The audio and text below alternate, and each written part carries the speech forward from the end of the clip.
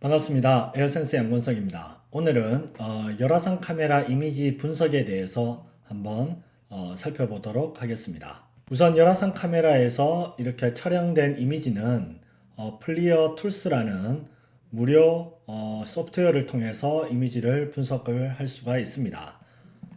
간단하게 기본 예제 파일을 통해서 분석을 한번 해보도록 하겠습니다. 분석하기에 앞서 간단하게 열화상 분석에 대해서 이론적인 설명을 간단하게 해드리겠습니다. 열화상 이미지 분석은 그 첫 번째로 직관적인 온도 패턴을 확인할 수가 있습니다. 그리고 때에 따라서 컬러 팔레트 색상을 변경할 수도 있고, 그 다음에 Thermal Gradient라고 해서 열 변화도를 이렇게 조절하면서 분석을 할 수가 있습니다.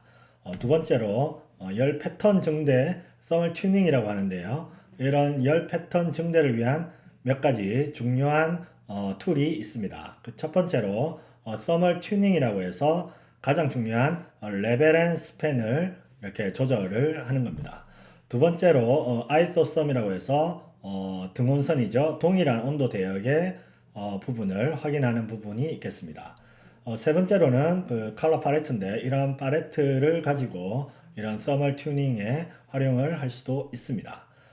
마지막으로 그 선형 분석이라고 해서 히스토그램이나 프로파일을 통해서 측정하고자 하는 대상체의 표면에 대한 열의 양, 열이 어디에 분포하고 있는지를 확인할 수 있습니다. 마지막으로 이런 스팟 반사 및 틀리거나 오해하기 쉬운 열 패턴 초래를 하는 방사율의 차이를 인지하는 부분으로 나눌 수 있습니다. 오늘은 직관적으로 이런 촬영된 열화상 이미지를 분석하는 몇 가지 툴에 대해서 한번 살펴보겠습니다. 자, 우선 플리어 툴스를 실행을 했고요. 거기에서 샘플 데이터를 하나 또는 두 개를 제가 한번 이미지를 분석해 보겠습니다.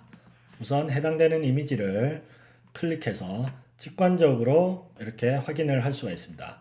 오른쪽 사이드 바에 보면은 온도 스케일 바가 나오고요. 이 화면에서 가장 낮은 온도와 높은 온도가 설정되어 있습니다. 조금 전에 이론적으로 설명드렸듯이 직관적인 온도 패턴을 확인하고, 그 다음에 Thermal Gradient라고 해서 열 변화도를 한번 확인을 한번 해보겠습니다. Thermal Gradient라고 해서 열 변화도는 우리가 분석하는 대상체는 대부분 고체 이미지로서 전도에 의해서 열이 이동하는 걸 확인할 수 있습니다. 가볍게 한번 살펴보겠습니다. 지금 핫스팟에서 이렇게 보면은 전도가 열이 어떻게 이동이 되는지 이렇게 한번 확인을 할 수 있습니다. 이 정도가 가장 직관적인 열 변화도를 확인하는 것입니다. 그 이후에 Thermal Tuning이라고 해서 이렇게 직관적으로 확인하기 어려운 부분을 Thermal Tuning을 통해서 한번 극대화 시켜서 분석을 할 수 있습니다. Thermal Tuning의 기본은 레벨 앤 스팬인데, 요 그 아랫부분에 가로바 스케일을 줄이면 우리가 스팬을 줄인다고 표현을 하고요. 스팬을 이렇게 왼쪽으로 이렇게 확대를 시키면 우리가 스팬을 늘린다. 이 부분이 스팬이 좁다, 스팬이 넓다. 이 부분을 스팬이라고 하죠. 그래서 어떤 일정 부분 스팬을 조절한 다음에 이 스팬의 센터 부분, 가운데 부분을 우리가 레벨이라고 하죠. 이 레벨을 적정 위치에 놓게 되면은 우리가 서멀 튜닝의 기본적인 이해를 하고 있는 겁니다. 가장 핫스팟을 찾은 다음에 열 전도, 열 이동이 어떻게 이동하는지를 보는 게 기본적인 레벨 앤 스팬, 서멀 튜닝의 기본적인 방법이라고 할 수 있습니다. 그리고 그 다음에 살펴볼 것은 그 아이소썸이라고 하는데, 특정 구간 아니면 동일 온도 대역의 색상을 나타내는 겁니다. 어떤 특정 부위의 특정 온도 대역을 띠 형식으로 우리가 알 수가 있는 거죠. 아이소썸 기능을 통해서 어떤 특정 대역의 온도의 띠를 우리는 확인할 수가 있습니다. 그 외에 선형 분석이라고 있는데, 지금 여기 플리어 툴스 프로그램은 여기 기본 소프트웨어로서 이런 선형 파일이나 이런 히스토그램 분석은 여기에서 지원을 하지 않죠. 리서치 IR이나 맥스 프로그램에서 지원을 하기 때문에 이런 무료 풀에는 그런 부분이 지원이 되지 않습니다. 마지막으로 이런 반사나 이런 틀리기 쉬운 열 패턴을 초래하는 방사율 이런 부분은 물론 뭐 자세하게도 설명할 수 있지만 기본적으로